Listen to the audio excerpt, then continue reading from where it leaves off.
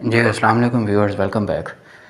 आज मैं आप लोगों के सामने दो बड़ी ज़बरदस्त गाड़ियाँ लेके आया हूँ और थंबनेल आपने देख लेना है और थंबनेल को देख के आपने नीचे अमल भी करना है। कमेंट सेक्शन में लड़ना नहीं है आपस में, क्योंकि इन दोनों गाड़ियों को लेकर अक्सर काफ़ी ज़्यादा लोग लड़ाई भी होते रहते हैं। तो आज इस वीडियो में मैं ये लड़ाई भी ख़त्म करूँगा। मैं आपको इन दोनों गाड़ियों की अच्छी चीज़ें भी बताऊँगा और दोनों गाड़ियों में जो बुरी चीज़ें हैं वो भी बताऊँगा। तो और इन दोनों गाड़ियों को मैं बराबर रखूँगा, ये मैं पहले बता रहा हूँ आपको। तो इसलिए ज़रा ठंडे दिमाग से आप ये वीडियो देखिए और फिर उसके बाद नीचे कमेंट सेक्शन में जो भी आपका ओपिनियन हुआ वो ज़रूर दीजिएगा। तो चलिए वीडियो शुरू करते हैं। सबसे पहले तो आपको पता है कि हमारे मुल्क में जो इस टाइम मौजूदा हालात हैं उसमें महंगाई काफ़ी ज़्यादा है। उस वजह से जो आपकी नई गाड़ियाँ उनकी जो प्राइसेस हैं वो काफ़ी ज़्यादा ऊपर जा चुकी हुई हैं। यही वजह है कि लोग पुरानी गाड़ियों पर शिफ्ट हो रहे हैं और पुरानी गाड़ियाँ जो तकरीबन 10 साल पहले आ चुकी हुई थी उनकी डिमांड में काफ़ी ज़्यादा इजाफा हो चुका है। तो ये दोनों गाड़ियाँ, जिसमें आपके पास होंडा सिटी 1.3, इसमें आपके पास मैनुअल ट्रांसमिशन और ऑटोमेटिक दोनों आ जाती हैं। इसके अलावा अगर आप टोयोटा करोला को देखें तो करोला में सिर्फ आप GLI को कंपेयर कर सकते हैं, क्योंकि ज़ाहिर XLI में बेसिक फ़ीचर्स भी नहीं है।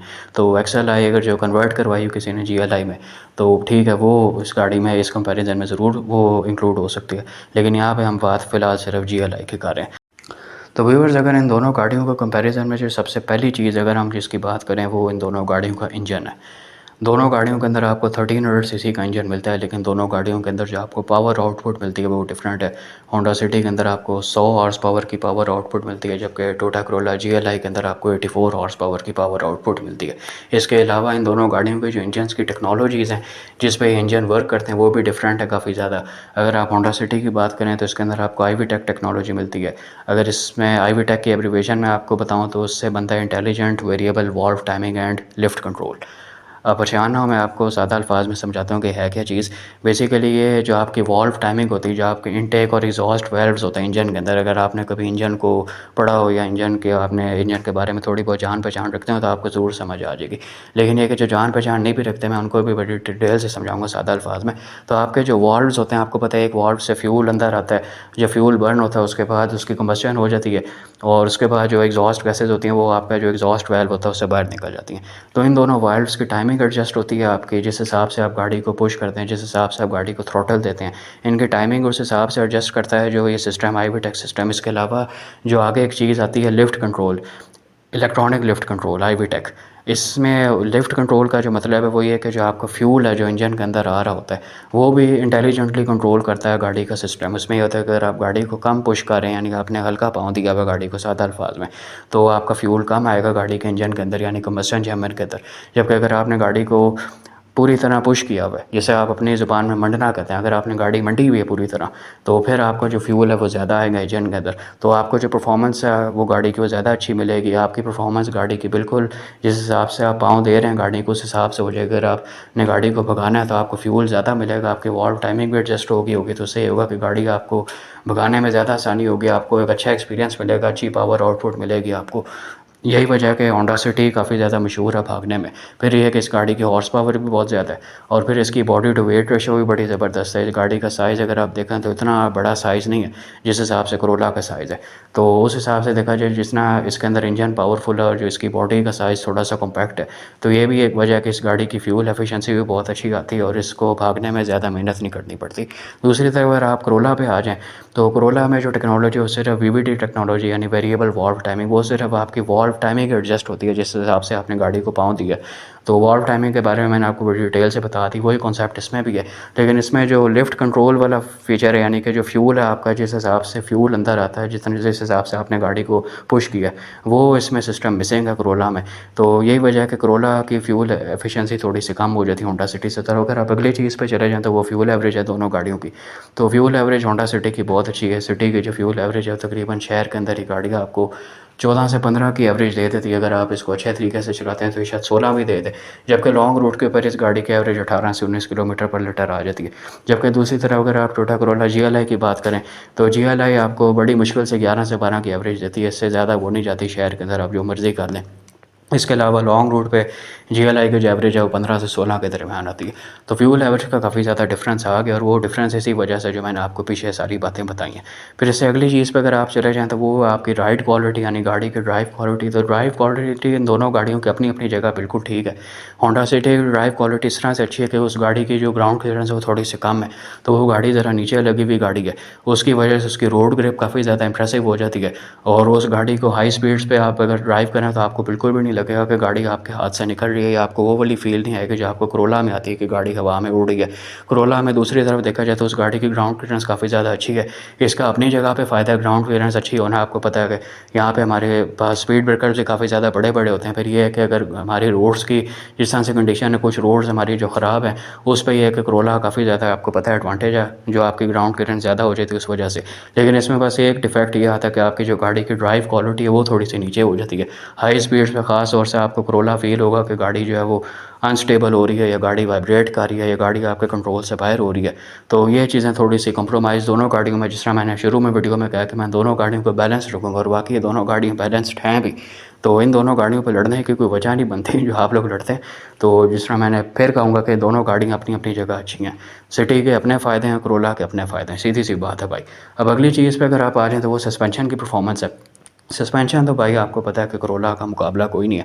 लेकिन ये है कि होंडा सिटी की अगर हम बात करें, करोला के सस्पेंशन की बात ही नहीं करते। आपको पता है कि उसका सस्पेंशन कितना ज़्यादा ज़बरदस्त है। सिटी का सस्पेंशन की अगर बात करें तो इस वाली जो जनरेशन का सस्पेंशन है वो अनफॉर्चुनेटली बहुत ही उसका रिस्पॉन्स बुरा है। तो उसका रिस्पॉन्स का मैंने खुद एक्सपीरियंस किया हुआ, और लिटरली ऐसा लगता है कि कमर दर्द शुरू हो जाएगा आपको। अभी मैं जवान आदमी हूँ, अल्लाह का शुक्र है मुझे कमर दर्द नहीं हुआ। लेकिन ये है कि जो बूढ़े लोग हैं उनको इस गाड़ी में लाजमी मसला आ जाता है कमर दर्द का, क्योंकि गाड़ी बड़ी ज़ोर से नीचे खड्डे में लगती है और बिल्कुल भी गाड़ी का आपको सपोर्ट नहीं करती।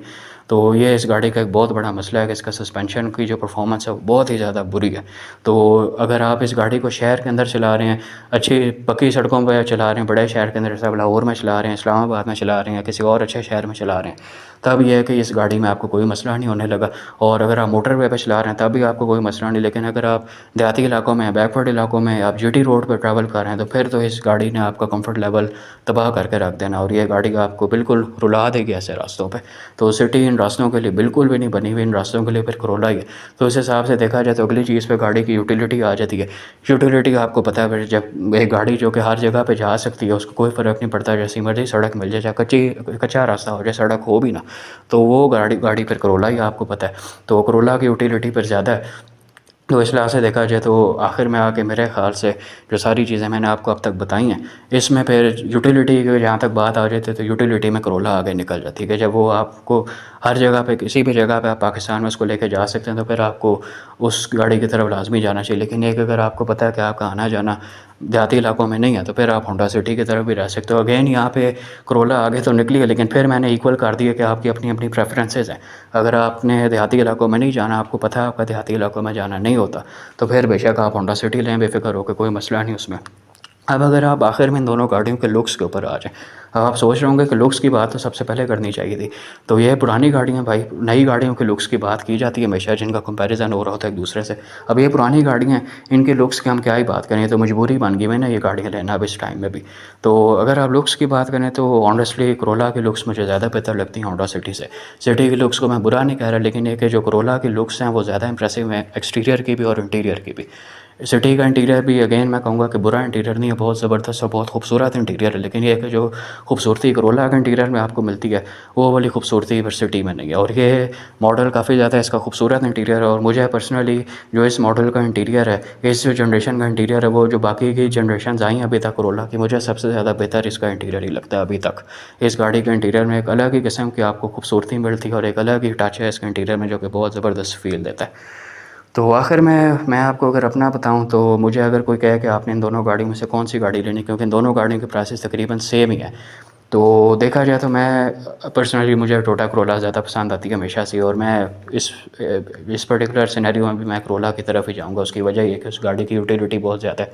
तो मैंने आपको पिछली वीडियोज़ में भी कई बार कहा है कि जब एक गाड़ी आपको सारी चीज़ें अच्छी दे रही हो, तो अगर कुछ उसका नेगेटिव एस्पेक्ट्स हों तो वो भी आपको साथ फिर बर्दाश्त करना चाहिए। तो अगर करोला आपको सस्पेंशन भी अच्छा दे रही है, राइड भी कंफर्टेबल है, और उसके अलावा उस गाड़ी की यूटिलिटी भी ज़्यादा है, साइज़ भी उसका बड़ा है सिटी से, तो इन सारी चीज़ों को अगर आप देखें तो फिर Corolla काफ़ी ज़्यादा आगे निकल जाती है और Corolla को लेना चाहिए फिर आपको। लेकिन दूसरी तरफ अगर आपको, जिस तरह मैंने पहले कहा कि प्रेफरेंसेस की बात है, अगर आप सिटी ले सकते हैं, आपको पता है कि आपको रास्तों की टेंशन नहीं है कि आपने किसी कच्चे रास्ते पर जाना है इस तरह, तो फिर आप ज़रूर होंडा सिटी की तरफ भी जा सकते हैं। बाकी अच्छा व्यूअर्स, एक चीज़ मैंने मिस कर दी होंडा सिटी में, एक और एडवांटेज है, वो ये है कि हाई स्पीड्स के ऊपर इस गाड़ी का जो स्टीयरिंग है वो हार्ड हो जाता है, वो उतना सॉफ्ट नहीं रहता जितना कि वो लो स्पीड्स पे होता है। तो ये चीज़ भी काफ़ी ज़्यादा एडवांटेज देती है, इस चीज़ आपकी जो स्टेबिलिटी है हाई स्पीड्स के ऊपर उसको और ज़्यादा कर देती है। Corolla में ये वाला फीचर नहीं है, उसमें आपको जो स्टीयरिंग है वो लाइट ही रहता है, चाहे आप 140 से ऊपर भी निकल गए स्टीयरिंग आपका वैसे ही नरम रहेगा जैसा कि वो 40-50 की स्पीड पर होता है। जबकि होंडा सिटी में ऐसा नहीं, उसमें आपका स्टीयरिंग